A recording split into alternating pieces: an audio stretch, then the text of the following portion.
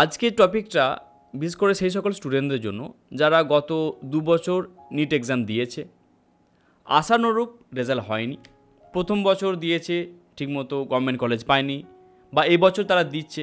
এবার অনেকের অলরেডি দেখতে পাচ্ছ যে যাদের মার্কস এসেছে 550 কিংবা 500-র নিচে, অথচ তারা এমবিবিএস করতে চায়। আবার তাদের মধ্যে এটাও আবার শঙ্কা হচ্ছে, যেহেতু আমরা গভর্নমেন্ট কলেজে পাবো না, প্রাইভেট কলেজে কী করে করব, প্রাইভেট কলেজে আমাদের দেশে আছে না বাইরে যাওয়ার কোথাও অপশান আছে কি না। এই যে অনেকগুলো প্রশ্ন তোমাদের মধ্যে তৈরি হচ্ছে, আজকে তারান্নুম ম্যাডাম সব কিছু প্রশ্নের উত্তর দেবে। তো ম্যাডাম, প্রথম প্রশ্ন হবে, যে সকল স্টুডেন্টরা অ্যাব্রোড যেতে চায় বা অ্যাব্রোড সম্বন্ধে কিছুটা ভাষা আইডিয়া আছে, তো আপনার কাছ থেকে প্রথমে জানবো যে এই অ্যাব্রোড যাবে কেন, অ্যাব্রোড যাওয়ার জন্য কি বেনিফিট পাবে, বা আমাদের দেশে যে প্রাইভেট কলেজ আছে বা সেখানেই বা কি খরচা, বাজেট, এই সব কিছু আপনার কাছে জানতে চাই। ফার্স্ট আমি আমার সমস্ত ফ্যান্সদেরকে ওয়েলকাম জানাচ্ছি। থ্যাংক ইউ আসিফ, তুমিও আমাকে আরেকটা নেক্সট একটা অপরচুনিটিস দিলে তোমার সাথে কথা বলার জন্য, আমার ফ্রেন্ডদের সাথে কথা বলতে, আমার স্টুডেন্টদের সাথে কথা বলার জন্য।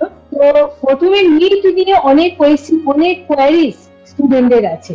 এবার ধরে রাখো, যেমন ধরো আমি যদি লাস্ট ইয়ারের কথা যদি ধরি, লাস্ট ইয়ার আমাদের কাট অফ ঠিক আছে, ঠিক আছে। কেউ যদি গভর্নমেন্ট কলেজ নিয়ে ভাবছে, নিট নিয়ে, তো গভর্নমেন্টে আমি যদি বলি, আমাদের ওয়েস্ট বেঙ্গলের যদি কথা বলি, আমাদের ওয়েস্ট বেঙ্গলে কলকাতা মেডিকেল কলেজ যেমন লাস্ট ইয়ারে কাট অফ গেছিল ওদের 651, 651 কাট অফ ছিল। আর যদি আমি বর্ধমান মেডিকেল কলেজ যদি বলি, তাহলে আমাদের বর্ধমান মেডিকেল কলেজের লাস্ট ইয়ারের কাট অফ কত ছিল? 616। তো এখান থেকে তুমি বুঝতেই পারছো, যদি আমাকে গভর্নমেন্ট কলেজে যদি যেতেই হয়, তাহলে মোটামুটি আমাকে 600 অ্যাবাভ কিন্তু আমার মার্কস থাকতে হবে, নিটের স্কোর। এবার এই স্কোরের উপরে ডিপেন্ড করে আমাদের গভর্নমেন্ট কলেজগুলো থাকে। তো নিটের কাউন্সিলিং প্রসেস অনেকজন হয়তো জানে না, আবার অনেকজন হয়তো জানে, কিন্তু নিটের কাউন্সিলিং প্রসেসটা একটু ডিফিকাল্ট ওয়েতে যায়। তো অনেক সময় কি হয়, অনেক ভালো ভালো স্টুডেন্টরা যাদের 600 অ্যাবাভ মার্কস আছে, তারা কাউন্সিলিং প্রসেসটা ঠিকঠাক না করার জন্য কিন্তু গভর্নমেন্ট কলেজ পায় না। তো আমি সেই বিষয়ে এখন কথা বলতে চাই না, এখন আমি যাদের স্কোর কম আছে আমি তাদেরকে নিয়ে কথা বলতে চাইছি। যেমন ধরে রাখো, আমাদের ইন্ডিয়াতে যদি আমি অ্যাডমিশন, আমি তো গভর্নমেন্টের কথা তোমাকে বললাম যে 600 থেকে 600 অ্যাবাভ যদি মার্কস থাকে আমি সরাসরি গভর্নমেন্টে পাচ্ছি। আমাদের ইন্ডিয়াতে যেমন ধরে রাখো, আমাদের গভর্নমেন্ট কলেজ ছাড়াও আমাদের কিছু প্রাইভেট কলেজেস থাকে। তো আমাদের যেমন ওয়েস্ট বেঙ্গলের যদি আমি কথা বলি, আমাদের ওয়েস্ট বেঙ্গলে যতগুলো যে প্রাইভেট কলেজেস আছে, যেমন ধরে রাখো কেপিসি আছে, জগন্নাথ গুপ্তা কলেজ আছে, গৌরী দেবী আছে, আইকিউসিটি আছে, আইকেআর আছে, হলদিয়া আছে। এই যে মানে প্রাইভেট কলেজ, এইসব প্রাইভেট কলেজেও কি হয়, একটা স্টেট কোটা হয়, 3টে কোটার মাধ্যমে অ্যাডমিশন হয়। এক হচ্ছে স্টেট কোটা, সেকেন্ড হচ্ছে ম্যানেজমেন্ট কোটা, থার্ড হচ্ছে এনআরআই কোটা। তো স্টেট কোটার মার্কস কত থাকতে হবে? ধরে রাখো, যারা ধরে রাখো গভর্নমেন্ট কলেজে যাদের 600 এর মধ্যে যাদের মার্কস ছিল, তারা সব গভর্নমেন্ট পেয়ে গেল। এরপরে 600 এর নিচে যারা আছে তারা কোথায় যাবে? স্টেট কোটা যেটা আছে প্রাইভেট কলেজে, যাদের মানে ধরে রাখো যে 4.5 বছরের যেটা মানে ফিস আছে, সেটা হচ্ছে তোমার ওই 25 লাখ টাকার মতো, ঠিক আছে। ওটা সেমিস্টার ওয়াইজ স্টুডেন্টদের প্রোভাইড করতে হয়। আর যারা ম্যানেজমেন্ট কোটায় যায়, তাদের ফিস হচ্ছে 98.5 লাখ।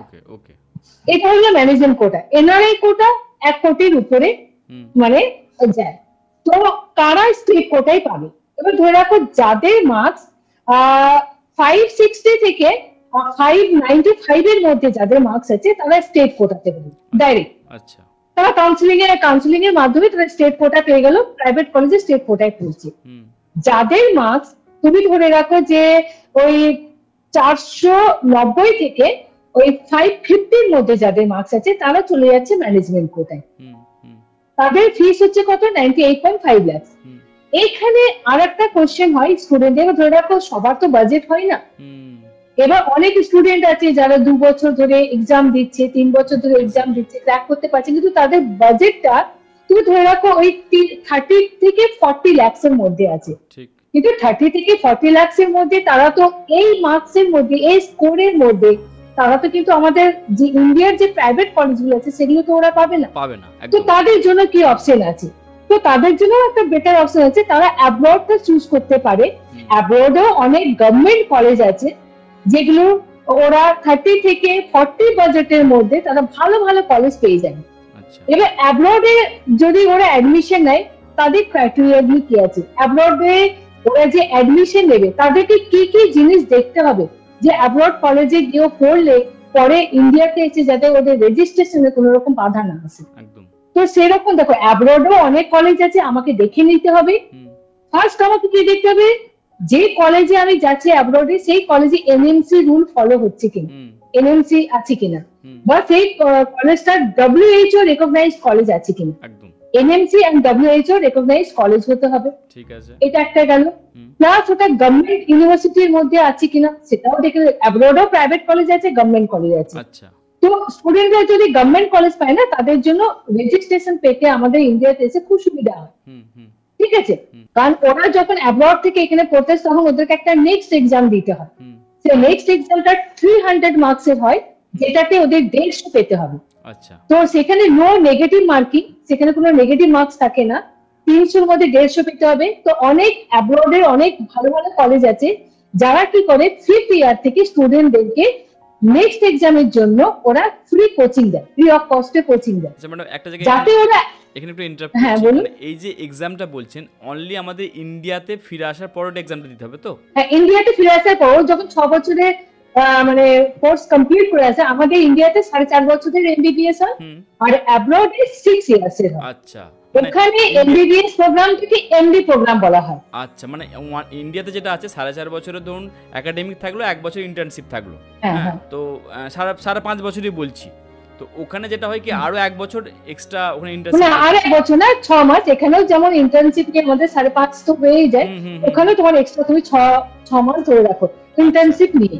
তাহলে ওখান থেকে ফিরে এসে আমাদের এখানে ডক্টর হওয়ার জন্য ওই যেটা বললেন নেক্সট এক্সামটা দিতে হবে, রাইট? হ্যাঁ হ্যাঁ। আচ্ছা বেশ, ঠিক আছে, কন্টিনিউ করুন। হ্যাঁ, তো স্টুডেন্টরা কি দেখবে যে আমি অ্যাব্রডে যে কলেজে যাচ্ছি সেই কলেজটা এনএমসি রুল ফলো করছে কিনা, WHO রেকগনাইজড আছে কিনা, সেই কলেজে ইনফ্রাস্ট্রাকচার কি আছে, ফ্যাকাল্টিস কেমন আছে, যে আমি যে কলেজে যাচ্ছি সেই কলেজে আমার বেনিফিট কি থাকবে, এই সমস্ত কিছু স্টুডেন্টদেরকে কিন্তু দেখে নিতে হবে। তার মানে পাসিং রেশিওটাও দেখতে হবে, এমন কলেজে ভর্তি হলাম যেখানে পাসিং রেশিওটা খারাপ। হ্যাঁ, মানে অ্যাব্রডে কি আছে না, অ্যাব্রড থেকে যেসব স্টুডেন্টরা পড়ে আসে, অনেক প্রাইভেট কলেজ আছে যেগুলো কম বাজেটের প্রাইভেট কলেজ, সেখান থেকে ফিরে আসার পর তারা কিন্তু নেক্সট এক্সামেও বসতে পারে না, তাদেরকে বসতে দেওয়া হয় না, কেননা সেই কলেজটা এনএমসি এর মধ্যে নেই, WHO রেকগনাইজড নেই। তারপরে আরেকটা জিনিস দেখতে হয় যে এটা ফুললি ইংলিশ মিডিয়াম আছে কিনা, এটারও একটা অ্যাফিলিয়েশন থাকে।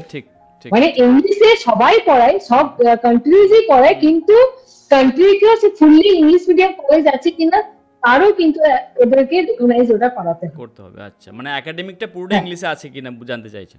পুরোটাই আছে কিনা। আচ্ছা।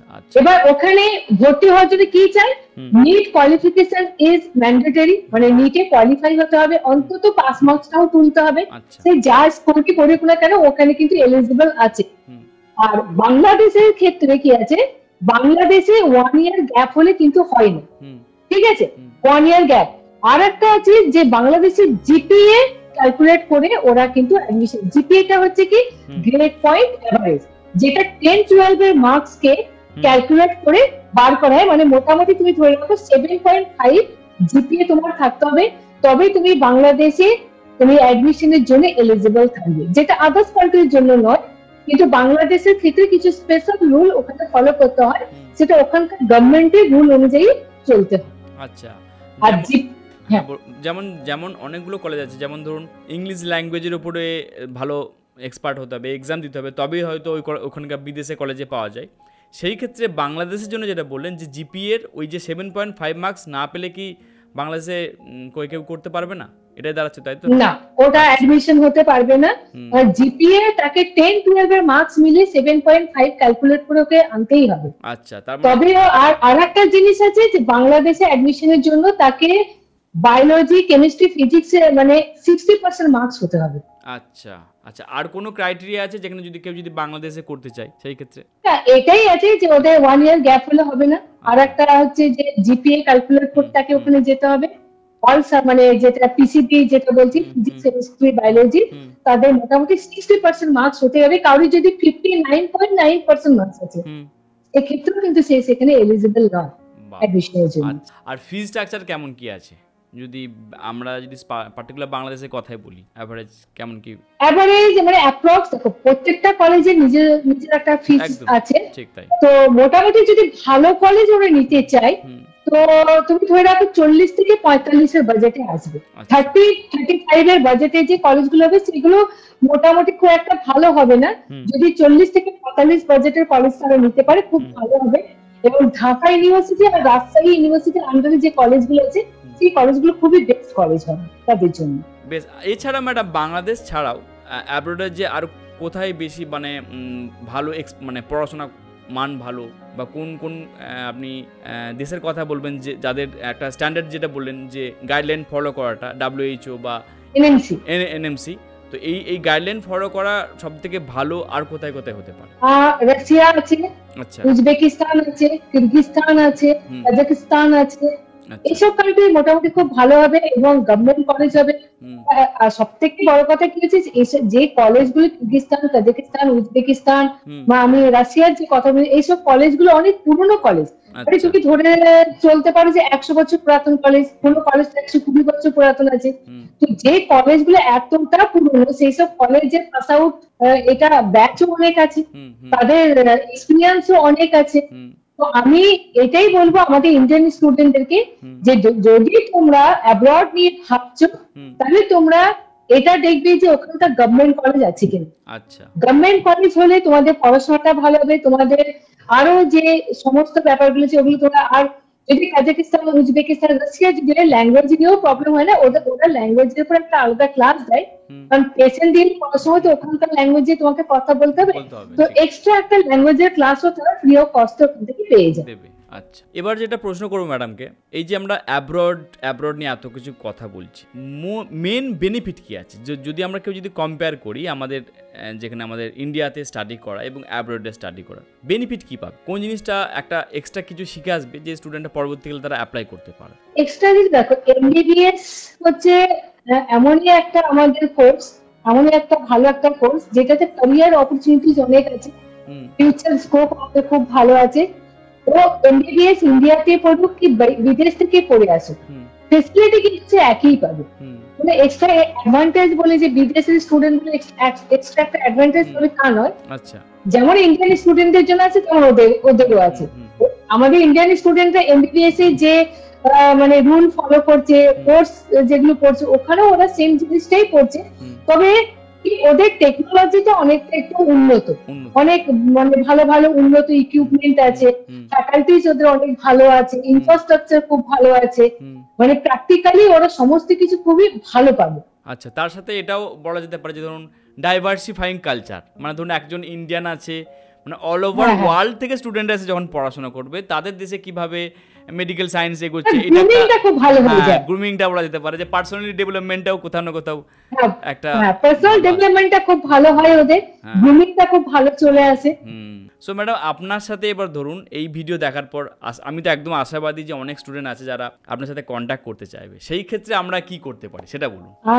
আমার তো মানে নাম্বারটা ডেসক্রিপশন বক্সে দেওয়া আছে, কারো যদি কোনো পার্সোনাল কোয়ারিজ থাকে হুম, তারা আমাকে ডাইরেক্ট কন্ট্যাক্ট করতে পারে, বা আমাদের যে ইনস্টিটিউট আছে স্টেপনি স্টুডেন্ট গ্রুপ অফ ইনস্টিটিউট হুম, বর্ধমানে, তো তারা আমাদের সাথে আমাদের অফিসে এসেও কথা বলে যেতে পারে। ওকে, আমি একটা জিনিস স্টুডেন্টদেরকে বলতে চাই যে ওভার ফোনে যতটা আমরা বোঝাতে পারি না, কারণ অনেক কিছু ক্যালকুলেটরের ব্যাপার থাকে, অনেক কিছু বোঝাপড়ার ব্যাপার থাকে যেটা ওভার ফোনে বোঝানোটা সম্ভব নয়। এবং আমি অনেক ক্ষেত্রে দেখেছি যে ফোনে কাউন্সিলিং আর সামনাসামনি বসে কাউন্সিলিং মধ্যে অনেক ফারাক আছে।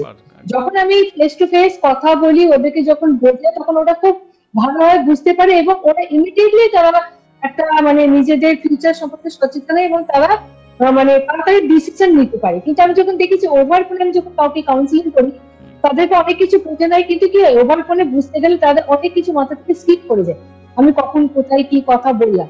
কিন্তু সেটাই যখন আমরা ফেস টু ফেস কথা বলি ওদেরকে আমরা অনেক কিছু দেখাতে পারি, অনেক মানে গাইডলাইন করতে পারি, অনেক প্রসপেক্টাস থাকে, অনেক আমাদের মানে কাগজপত্র থাকে যেগুলো ওদেরকে দেখালে ওরা তখন ইজিলি বুঝতে পারে এবং তখনই ওরা ডিসিশন নিতে ওদের সুবিধা হয়ে যায়।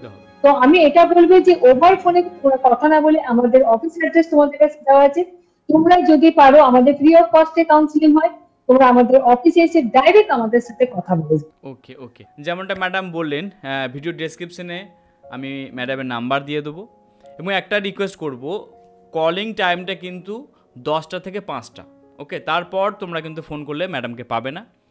আর ম্যাডামদের যে ওয়েবসাইটের লিঙ্ক আছে সেটা আমি ডেসক্রিপশনে দিয়ে দেবো, ওখান থেকেও কোয়ারিজ তোমরা করে ম্যাডামের সাথে রিচ আউট করতে পারবে। সো থ্যাংক ইউ ম্যাডাম, অমূল্য সময় দেওয়ার জন্য।